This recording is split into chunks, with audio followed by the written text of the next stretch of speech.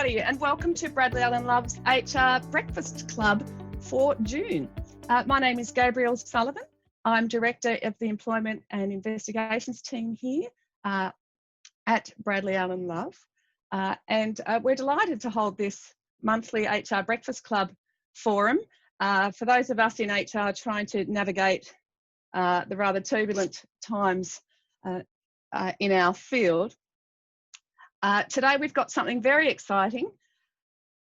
Aaron Williams is co-founder of Mindstar. Mindstar, amongst other things, is an employee assistance provider, and I'm sure the phrase EAP will be familiar to all in HR, particularly in Canberra, as we often call them in to try and assuage our guilt whilst writing termination letters and so on. But Aaron is much more than that, and he's got a lot to say to us this morning about the rather intriguing topic, mental health strategies in practice.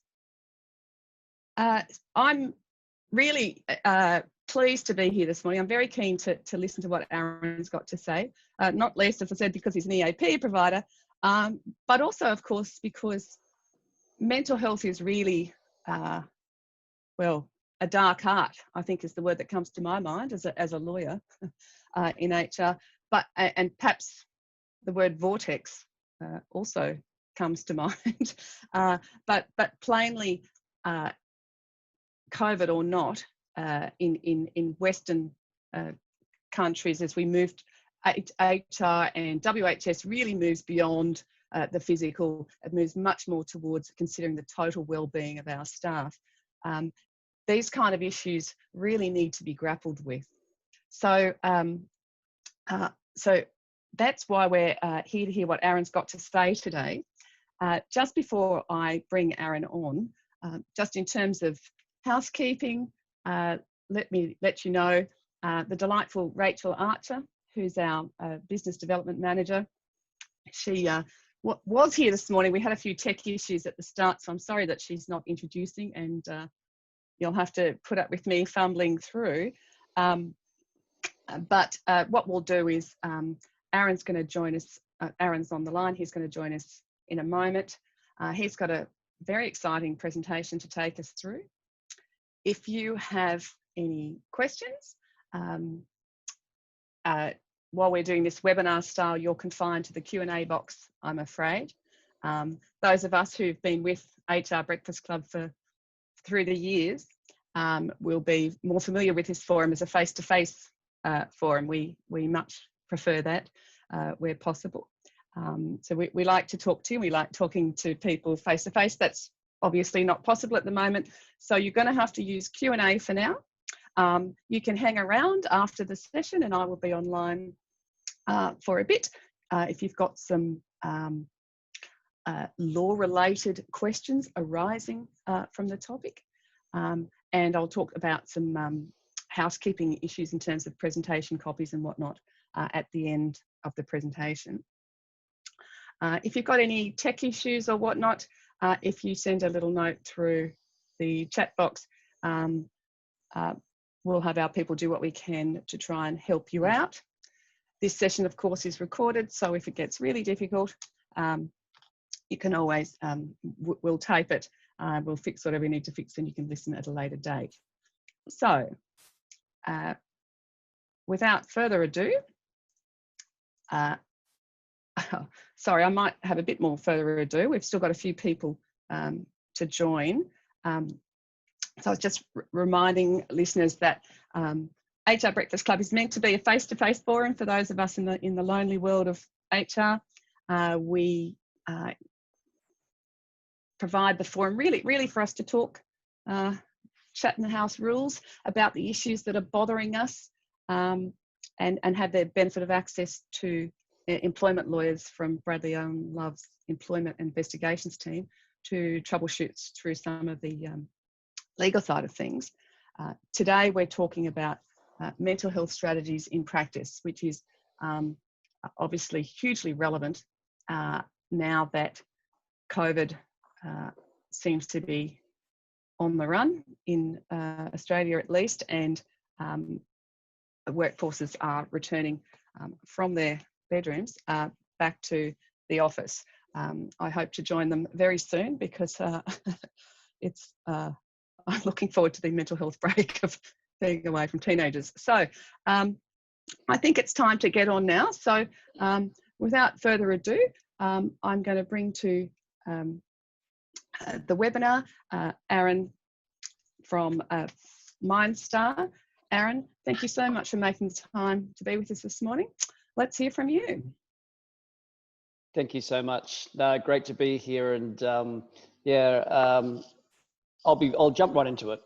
So my name is Aaron Williams. I'm the CEO and co-founder of Mindstar, and what Mindstar's about, it's about workplace wellbeing, and it's about making it super easy for your people to connect with the very best wellbeing and mental health information, education, training, online wellbeing programs, and we have a network of wellbeing coaches and mental health professionals across the country. And it's about doing it all in a really positive, engaging way. And we are an EAP provider, but we're much more. So I suppose our approach is, while obviously it's important for that 3 to 6% of your people who engage with an EAP, often in crisis, as Gabrielle just outlined, what about the other 97%? You know, we're very much about early intervention and prevention and education. So just want to make sure everyone can still hear me. Zoom's sending me some very friendly little messages. Hopefully everyone can still see me. Gabrielle, just check that I'm still online. Yep, awesome. Yeah, I'm hearing you fine, Aaron. Fantastic, thank you. Zoom just said you've been signed out. I'll let you know if there's a problem. It's all right. Zoom's just trying to play with my mind a little bit, and trying to make sure that I'm, more stressed than ever. So no, I'll keep going. So I'll let you know if there's a problem. And I've got some panelists, some participants are typing in to let me know it's all good. Awesome. Carry on. Okay, fantastic. Thank you. So yeah, really, the philosophy of Mindstar is we actually want to engage with your people and educate them with prevention and intervention, and how to look after their well-being, so that they can know and trust us. So then if they do start to struggle or something happens, and they're more likely to engage, because it's all about engagement. And so we work with everyone from the Department of Prime Minister and Cabinet. So I run education sessions and whole of organisation keynotes for led by the Secretary. We have a wellbeing portal where we provide information to government departments about people's wellbeing and mental health. And for us, it can be a touchy subject, but it doesn't have to be. Wellbeing and mental health is so important, and never been more important than now. So for us, it's about edutainment, which is a kind of a strange thought, but it's how do we engage people with the stuff that's going to help them stay well, and they engage and they learn, and to me that's kind of the future of workplace wellbeing. So just a little bit about my background. I am a mental health professional. I've spent much of my career working in emergency departments, doing suicide risk assessments on people who've tried to kill themselves the night before. So I come from that sort of pointy end, but I have a corporate background, and I've also worked in state government, in policy and different program management roles.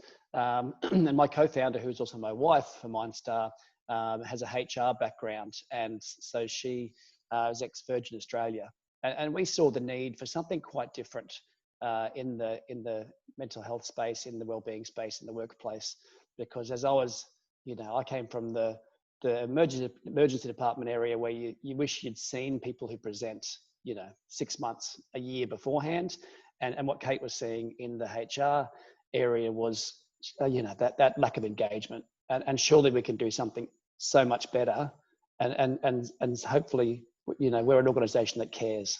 That's the difference to me. So, and how I got into this space from a background, my corporate background was back in 2003.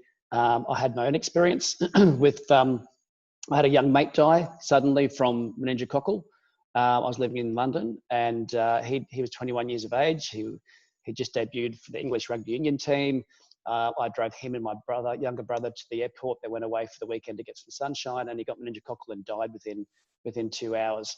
And I had never experienced anything like that before as a resilient, optimistic, semi-successful 32-year-old man. And I had 6 months. I was depressed. I was suicidal. I tried to drink my way through it, which didn't work. And my family came in and flew me home to Australia. And it took me 6 months to come through that experience. And when I came out the other side, I asked myself some big questions of, what the hell was that? Why didn't I know about that? Why is it so hard for Australian men to reach out for support? Why aren't we screaming this stuff from the rooftops in workplaces and in schools and in sporting clubs and in community centres? And surely we can do better.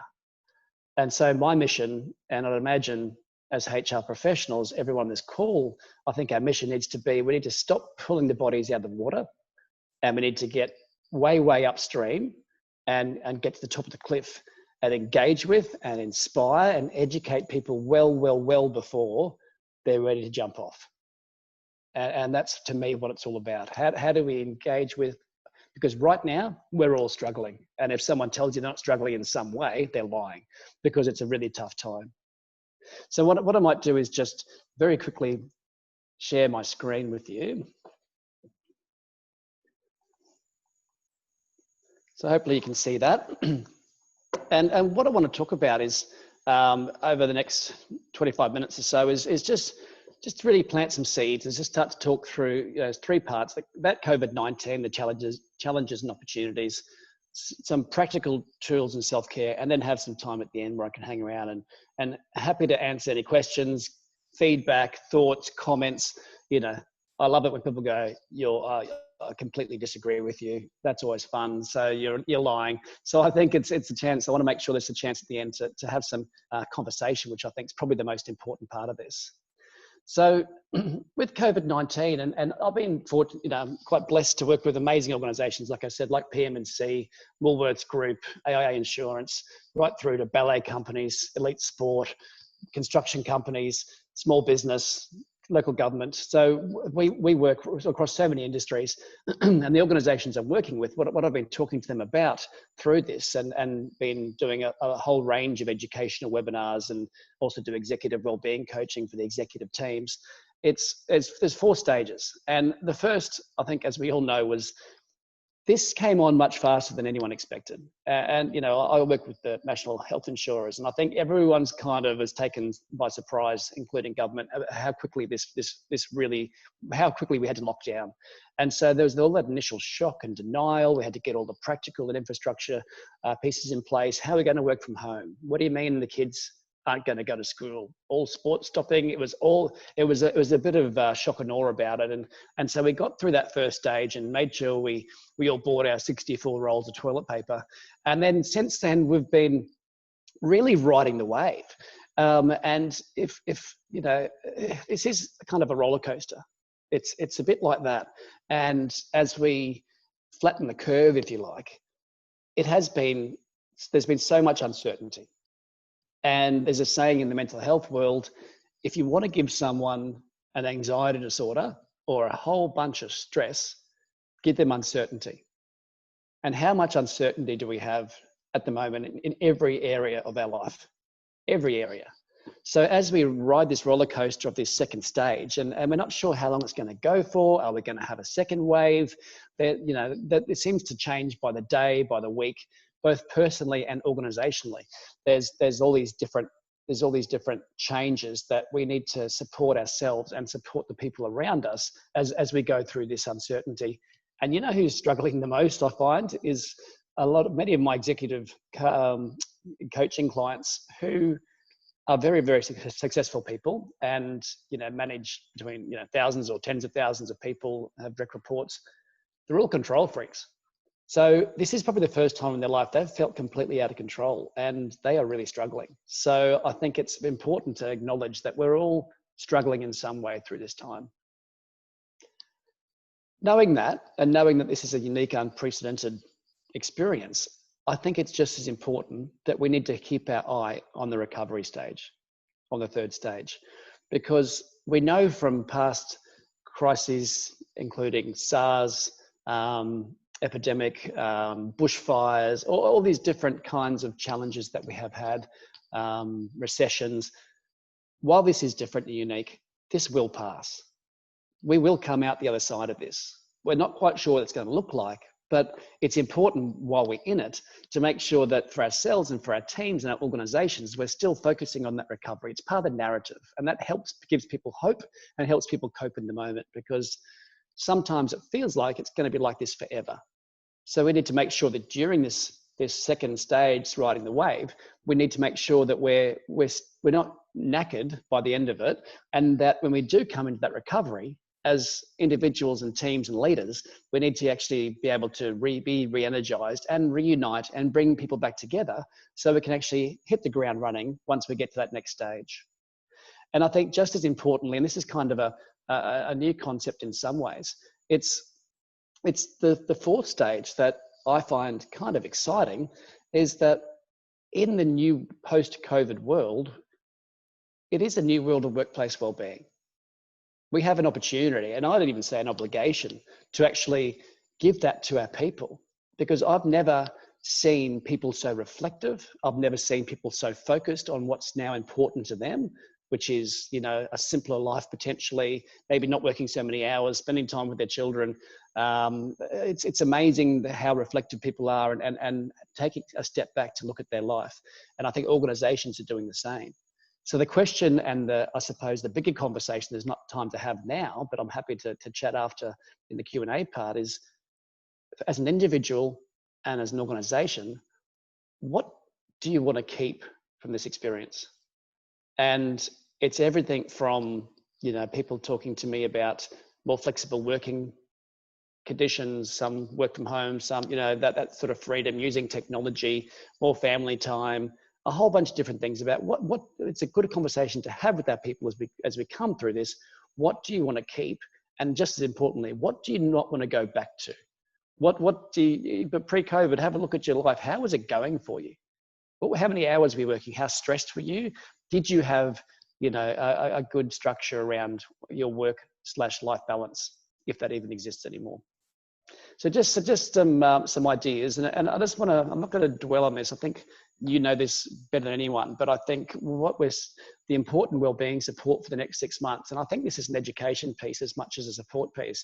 It's knowing that for the next 6 months, we will continue on with the uncertainty. The financial distress, we don't know the full extent of that, but that's not going to be just not for people. And I'm seeing this in my work with the Australian Public Service. It's for people who are going to keep their jobs that may not, have any great financial or job security issues or anything like that, but they have their family members, their neighbours, their mum, their son, they do. And so for people who aren't maybe under financial stress, they're also, what we're seeing is a whole bunch of guilt. It's almost like a survivor guilt where, I'm going to do okay, but the other people around me aren't. And so what we're finding is happening is that those people aren't talking about their own struggles. Just because they're not going to lose their job doesn't mean they're not struggling through this situation. So it's making sure that we're reminding them that just because other people have it worse than you doesn't mean that you shouldn't get support or talk about your own struggles. I hope that makes sense, but that's one of the things that I was quite surprised about, was that guilt issue that I'm seeing so widespread. Third is about physical distancing.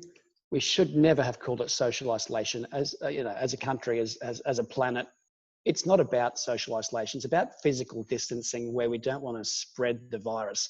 We need to be more socially connected than ever, and using whatever means we have to make sure that happens. So telephone, Zoom, gathering outdoors, we need to be socially isolated, because if we're not socially connected, we need to be socially connected, because if we feel socially isolated, then we will struggle.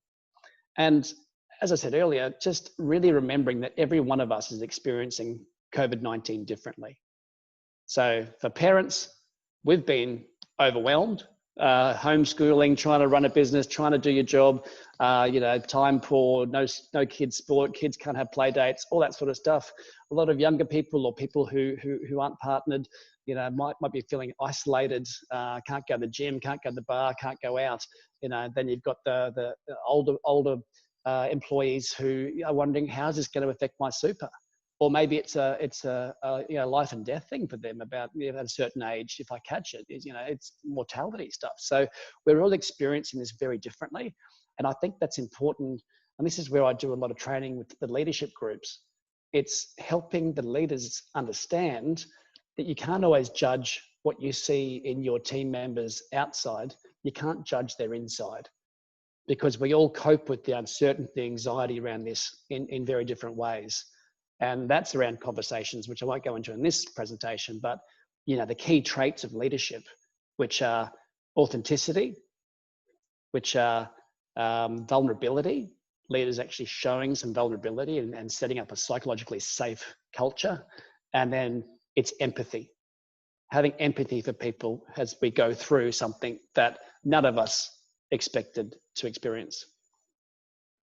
So I just want to jump into the strategies and tools, because in the middle of this, and I'll talk about Canberra in particular, and I think I've really gone through this journey a little bit with you, with the work I've done with the Prime Minister and Cabinet, Department of Prime Minister and Cabinet, and other organisations. It's let's just remind ourselves what happened last year.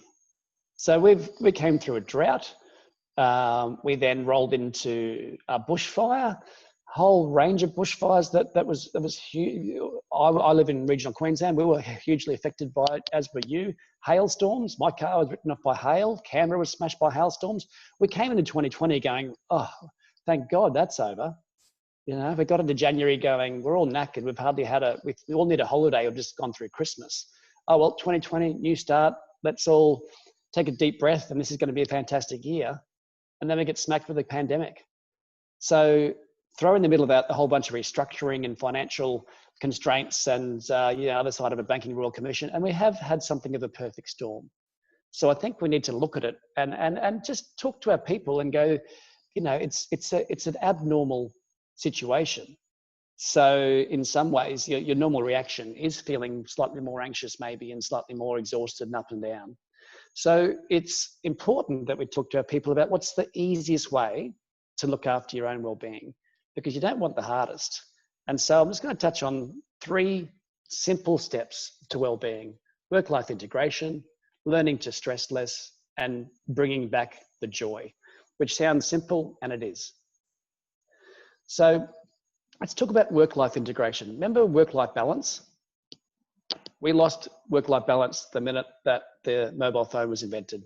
Haven't had that for a long time. So now we talk about work-life integration and how we best balance, I suppose, or transition between the work day and the home day. And to start, every working person in Australia needs to ask themselves 2 very difficult questions. And the first is, how am I showing up at work? How am I showing up at work? And the second is, how am I showing up in life at home? Because in a perfect world, the 2 don't overlap. So you shouldn't be bringing the stress of your work home to the people you love.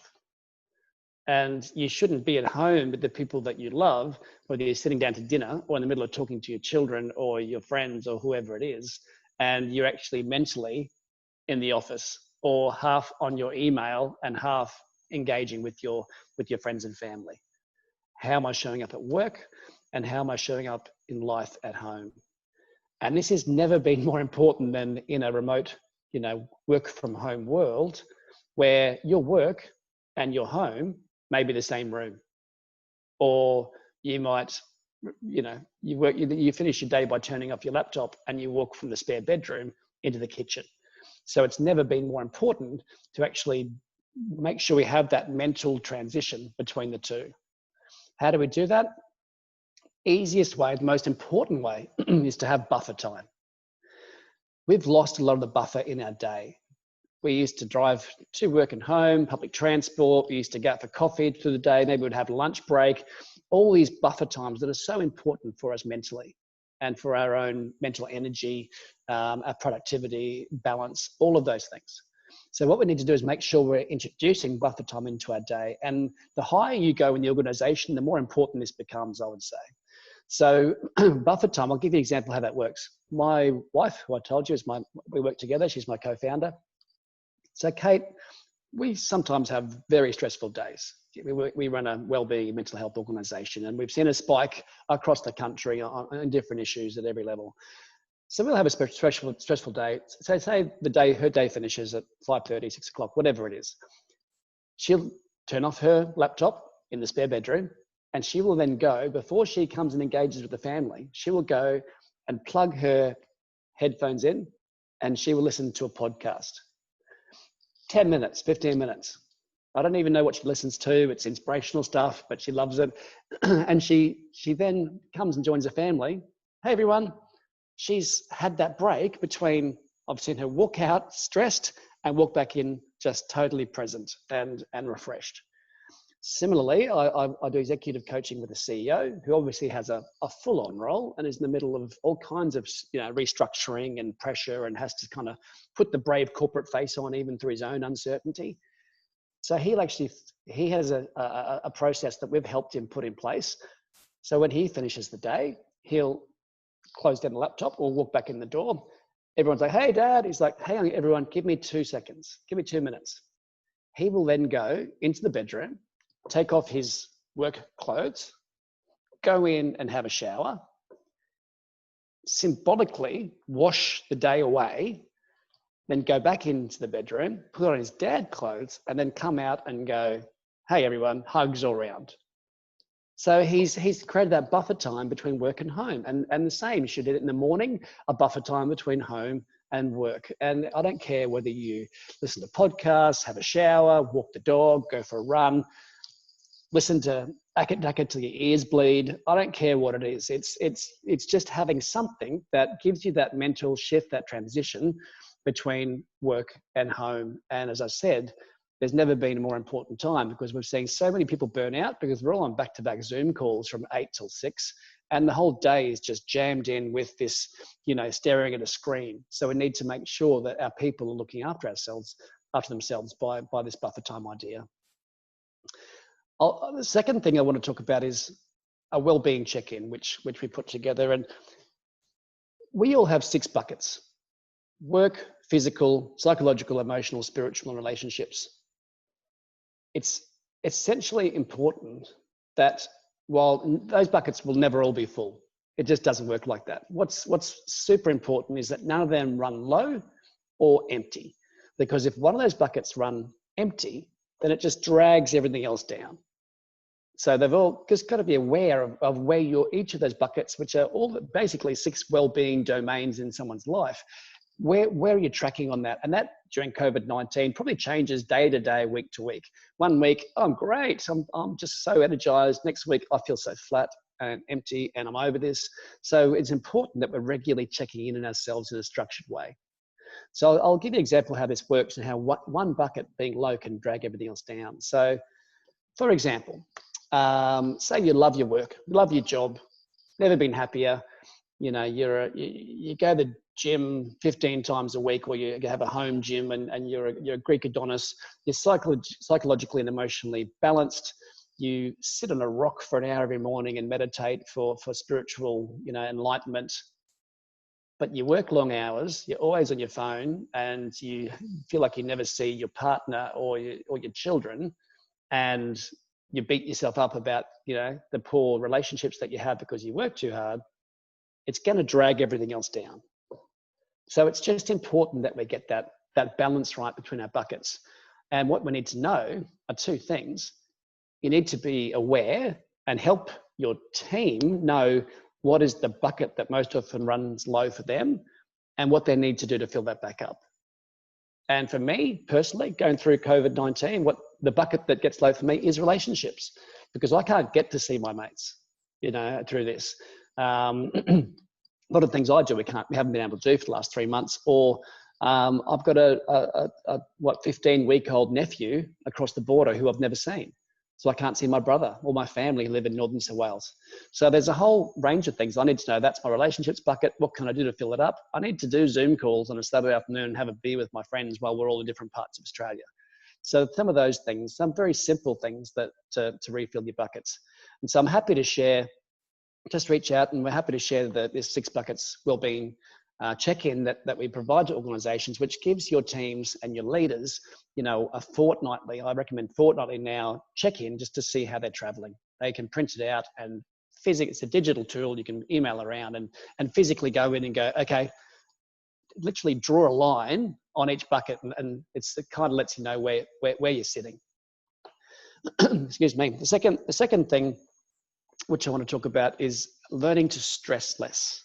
How do we stress less in the middle of a crisis? And what's the easiest way to start thinking more positively every day? Because it's how we start the day is how we will continue. And we overlook this, I think, in today's world where it seems like something your grandma would tell you, but it's so simple. If you start your day well, it will continue that way. If you start your day badly, it most often rolls on. And we're all so stressed and busy now that we tend to struggle with that. So what's the easiest way to start your day positively? It's something that I call morning glory, because who wouldn't want to start every day with morning glory? You can take that however you want it, but hopefully it puts a smile on your face. The first challenge I give to you and all of your organizations and every single person is get your mobile phone out of your bedroom. Every time I do a keynote and talk and say, how many people use their mobile phone as their alarm clock? And 90% of the room put their hand up. So what happens is we all use our mobile phone as our alarm clock. It goes off in the morning. You pick it up, you swipe the alarm off, and you think, oh, I'm just going to check my emails. I've had 13,000 emails come in overnight while I've been asleep. What you've done, you've been awake 2 seconds. You've probably got someone lying there next to you, asleep. You've been awake 2 seconds. You've already put your mind, your brain into the office. You've just gone, bang, there's your stress. Got cortisol and adrenaline running through your brain.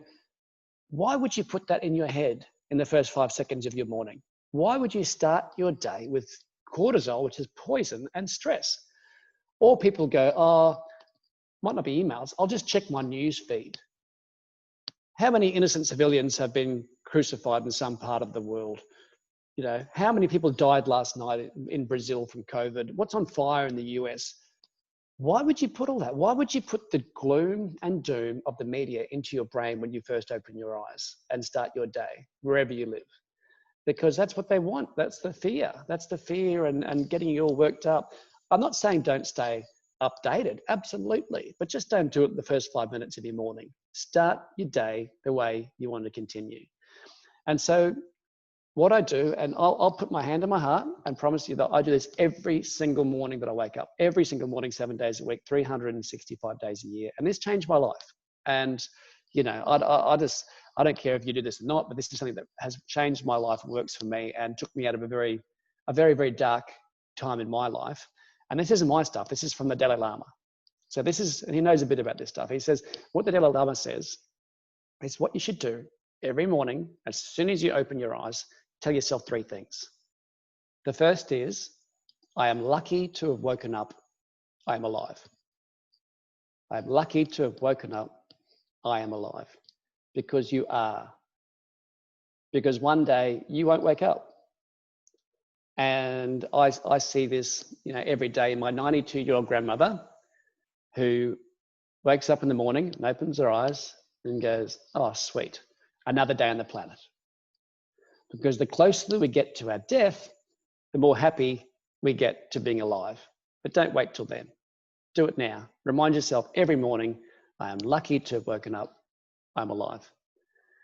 The second thing to say is, I have a beautiful life. Because you do. You live in an amazing country. You don't have any bombs falling in your head. You probably have enough food in your cupboard to last you, a month, even if all the shops closed.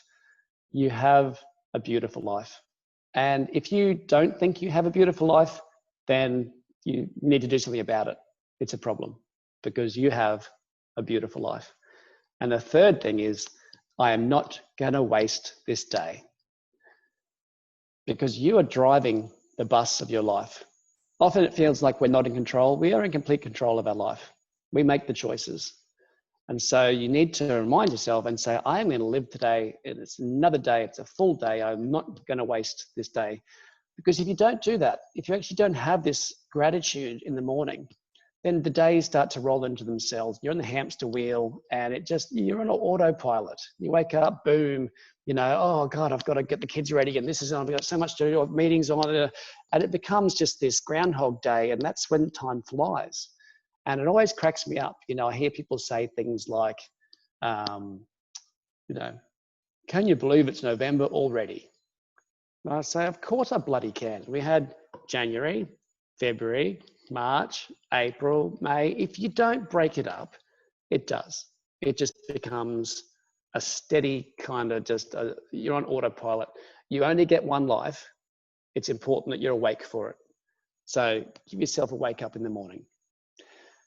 The last thing, and none of you do this, and I know you're in the ACT, but I say this to everyone from Tasmania to Melbourne to Canberra, everywhere, every single morning, jump in a freezing cold shower. There's so many physiological benefits to it. It's don't be soft and go warm and then cold. You got to go straight in the freezing cold shower. It's amazing. There's physiological benefits like for everything from depression to obesity to circulation. In the UK, they call it a James Bond shower. So go in, jump in.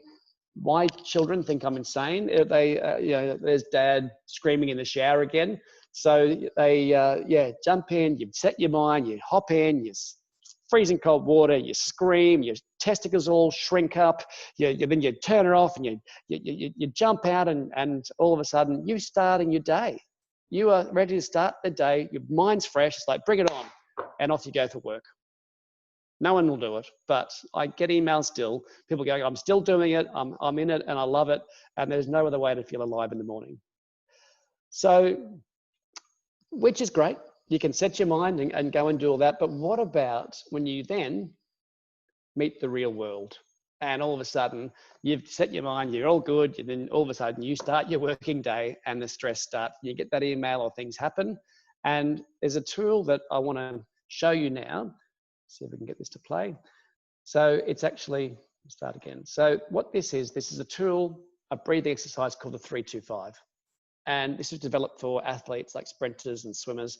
And what it is it's to bring down your anxiety or your anger or your frustration. It's amazing. And it's probably the best thing I've found in my career that actually works. And it's this simple. Basically, you breathe in for 3, you hold for 2, and you breathe out hard for 5. You breathe in for 3, you hold for 2, and you breathe out hard for 5. You can use it any time in your day. No one knows you're doing it. You can use it to sleep. I've had people in conferences put their hand up and say it's changed my life because my husband and I had insomnia. We'd wake up at 2 a.m. and we'd be in the office and my busy brains, and this is the only thing that ever works. So it's just, I'm happy to get in touch. I'm happy to share this as well. This is just a little animation that helps you or your people learn it. And it's something you teach your kids. I put it into schools. They have it on a poster on the wall where kids walk into the classroom have to their 3-2-5 in the morning. It's from the US. It's been around for decades, and it's an amazing little tool that I talk to everyone about.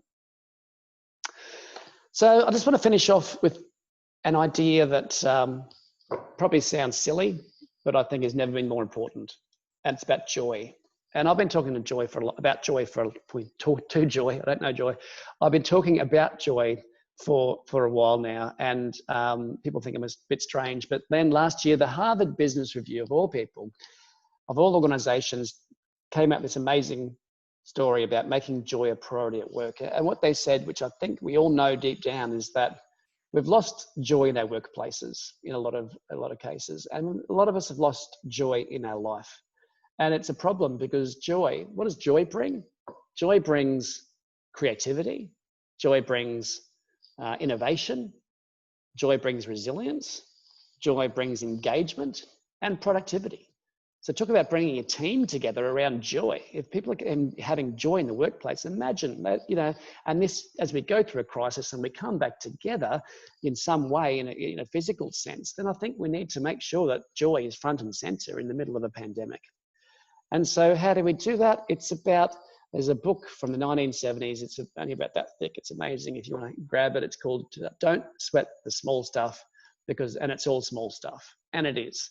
What we do is we spend so much energy worrying about or struggling with things that we can't control. Whether that's, everything from peak hour traffic to global politics, like, oh, Trump, absolutely care, be updated, but don't waste all your energy on things you can't control. Don't waste all your energy screaming into the bottomless pit that's social media and thinking you're being heard. Absolutely engage, but don't use your energy, your positive energy, on things you can control and you can change, and the most important things in your life. And there's a fantastic psychological phenomenon you may have heard of called the overview effect. And they found this with astronauts. They found that when astronauts left Earth and they shot up into space and they went and did their space station walk or moon walk, whatever it is, and they looked back on Earth, and for the first time they saw our planet Earth for what it is. And it's just this little blue ball that's just floating through a big sea of nothingness.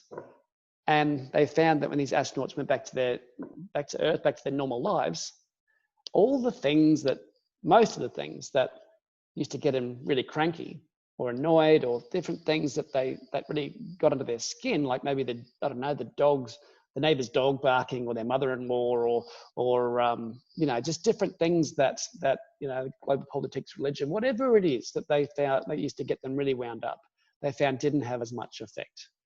And they'd seen the big picture, and they found that they were just generally more happy and contented. And I'm seeing this shift in perspective through COVID-19 that people are saying to me, and you may hear it as well.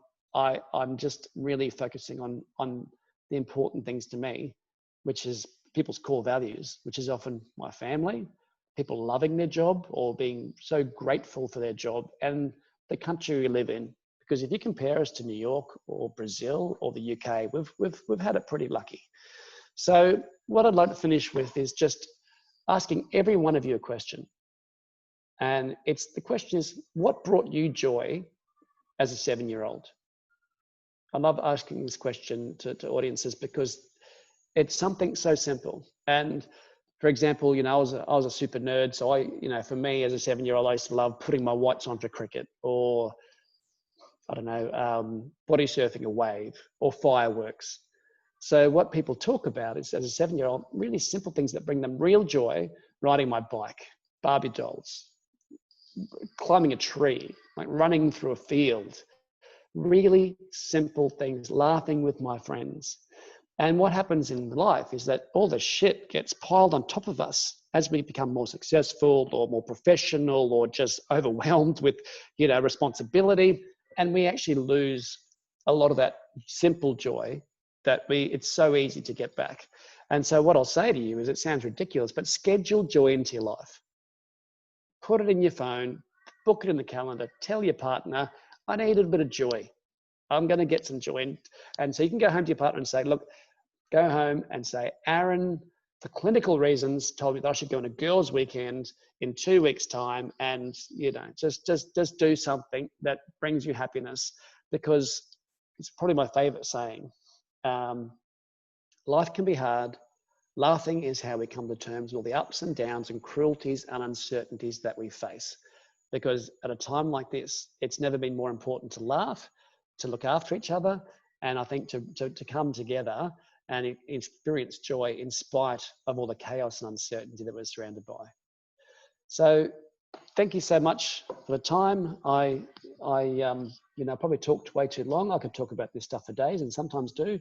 But I'll throw it open, and I'd love to hear any feedback or any questions or anything that people are keen to discuss. Yeah, I look forward to talking further. Aaron, thank you so much. I'm sitting here with a smile on my face. You must have done something good. I wasn't expecting that, I have to say.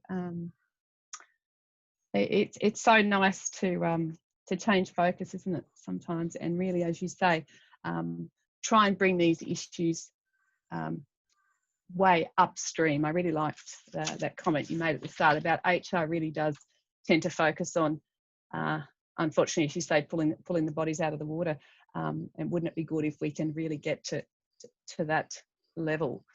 I'm just looking at the question box, Aaron, and I'll leave aside the comments about showers, cold showers in Canberra. I think it was -4 for some of the listeners this morning, so I'm not quite sure whether we'll take that one on board. Oh, toughen up, Canberra. One of the there was just a couple of things that were coming through. Time we've got kind of 5 minutes or so, but that your bucket slide, the slide with the buckets, that caused a lot of comment, actually, but people are interested in that. Are we going to be able to have a look at some of these slides, Aaron? Are you able to send a couple of those? That one in particular was of interest. Yeah, I'm happy to share that. That's basically a digital tool. I'm happy for you to send out. Or just give us it. Yeah, it's a good slide. One of our participants asked a really interesting question of you and said, look, hang on, I'll try and do, Svetlana, I hope you don't mind me mentioning your name. It's there. I'll try not to do your question injustice. Just bear with me while Right. Okay. Question boxes. Oh, there it is. Sorry, I told you I wasn't supposed to be the host today. Sorry, Svetlana has asked this, Aaron. Aaron, how do you switch off after you've dealt with clients whose expectations are unreasonable? In some cases, they're telling you that they're suicidal, but they resist any treatment or help. Sorry, but I think she means, but you resist any treatment or help because they want to tell you their side of the story. Okay, yeah. So what I hear the question asking is that how do I switch off? How do I look after myself because I think so. Yeah, I completely understand. So just, I think to start, I come from there. I have a corporate background, obviously, but I actually, I work in the health field, and in my industry, we have compulsory debriefing. So we have clinical debriefing. We have a clinical supervisor who we need to see, once as you go through your career, probably once a month. And you have that supervision process and debriefing process. It always amazes me how other industries don't do that, because especially, what do you do with it? Exactly what Svetlana is saying is, how do you actually, where does that go? Because it stays within you. And that is the work we're doing, I suppose, with government organizations, to not be their EAP, but to complement their EAP, where we actually set up quarterly supervision sessions with people so they can not only have a chance to debrief, and especially, like you're saying, if you're coming into contact with distressing situations, people, but what we also find is people are reading traumatic briefing papers or traumatic events. So what I would say is that's a great thing for a coaching session, because what you need to do is, one, debrief, but two, also use the tools and have those digital tools like the 325, which I think is so important, because what they do is help you to switch off. But what we know from people, and one of my obsessions is sustainable behavior change. And what we know is you need a human being to keep you accountable. It's the old saying, you can motivate someone to join a gym, but how do you inspire them to keep going? And I think it's like physical health, mental health is the same. So it's actually having someone, doesn't have to be a psychiatrist, you're not lying on the couch talking about your grandma, but it's actually within the well-being. It's, I've got a mentor and a coach that I work with, and it's changed my life. So I think it's having those formal structures to actually to support you, whether you're a HR professional or whether you're an executive leader, because it all bubbles to you, and what do you do with it from there? Does that make sense? Okay. Yeah, it does. It does. Thank you. Thanks very much, Aaron. I guess another thought, I suppose, that was going through my mind as a boring employment lawyer, I must say, when you reminded us at the start how really this post-COVID return to work is really, as you said, an opportunity to take the best and leave behind the worst. I think you said the word, it's an opportunity, and I think you also said, and possibly also an obligation that we think of, I guess, WHS in those terms. And I must say, and we're not going to be able to traverse that this morning, but as a practitioner and looking at the sort of legal side of things here, I'm not at all sure that WHS law is caught up with the kinds of forward-thinking concepts that you're talking about. But we are obliged, ultimately, employers are obliged to take all reasonably practicable steps to protect the health and safety of their workers at work. Mm-hmm. And it's going to be really interesting legally, I think, where the frontiers will lie for case law in the future as to how far does that obligation extend. I'd say at the moment, we don't know. We don't know. It's traditionally been focused much more on physical well-being, but the standard that the regulator and the courts will hold us to in that regard actually will be really interesting. So that's probably a topic for another day, Aaron. And I'm just looking at the time. I'll just quickly on that. I think psychological safety in the workplace, it's a systemic thing. It's actually introduced. It's not just a tick in the box EAP. Yeah, we've got an EAP. I love working with organizations that want to talk about psychological safety from the leadership down, start with the leaders and work down. And it's setting up a safe place for people to have the conversation. So it's systemic, and it's about, everyone being on the same page around that. And it's not difficult, and it's not costly, and it's actually, it's tapping into the capability of your own people and as people who want to lead this stuff. Absolutely. And what I've taken away from this, even from my own practice, is have the conversation. Have the conversation. What are we talking about? Okay. So look, thanks so much, Aaron. Ladies and gentlemen, this is Aaron Williams. He's CEO and co-founder of Mindstar. Aaron, it's been a delight to have you this morning. As you said, you'll hang around a little bit after the session for anybody that wants to particularly direct some questions at you. We've had quite a lot of engagement from people. I'm sure they'll be happy to tap into you later. So thank you so much for making yourself available to us and really, really inspiring us as HR people to be better. So thank you so much. I'll say last thing, and I'm just being cheeky here. Which two industries, if you like, struggle the most with wellbeing and mental health? Among the top ones, legal, HR, very much the top of the stress. So I think it's making sure we need to look after ourselves, look after our people. So I'd love to have that conversation with everyone. I'm going to have a day off. Okay. All right, folks. So that's Aaron Williams. Just letting you all know, for those of you who are new to HR Breakfast Club, we run this session on the third Friday of every month.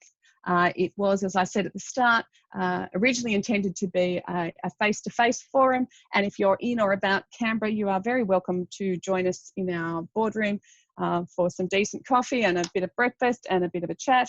But at least probably for next month, we are still confined to the webinar format. So next month's HR Breakfast Club will be Friday, the 17th of July. Our delightful Anna Johnstone will keep you updated with the details and the links for that. We will be tackling the issue of workplace flexibility at that session, which of course is well, frankly, relevant to what we've said today, but also top of mind for a lot of HR and employment law practitioners as we navigate the post-COVID return to work. It's been a pleasure having you all here this morning. Thanks for your engagement. Thanks for bearing with us on the tech side of things. As I said before, this session has been recorded. So if you've had any issues, go to our Breakfast Club website, hrbreakfastclub.com.au, and this recording will be uploaded probably by Monday, I suggest. Aaron, good morning to you all. Good morning, everybody. Let's go do it. Thank you.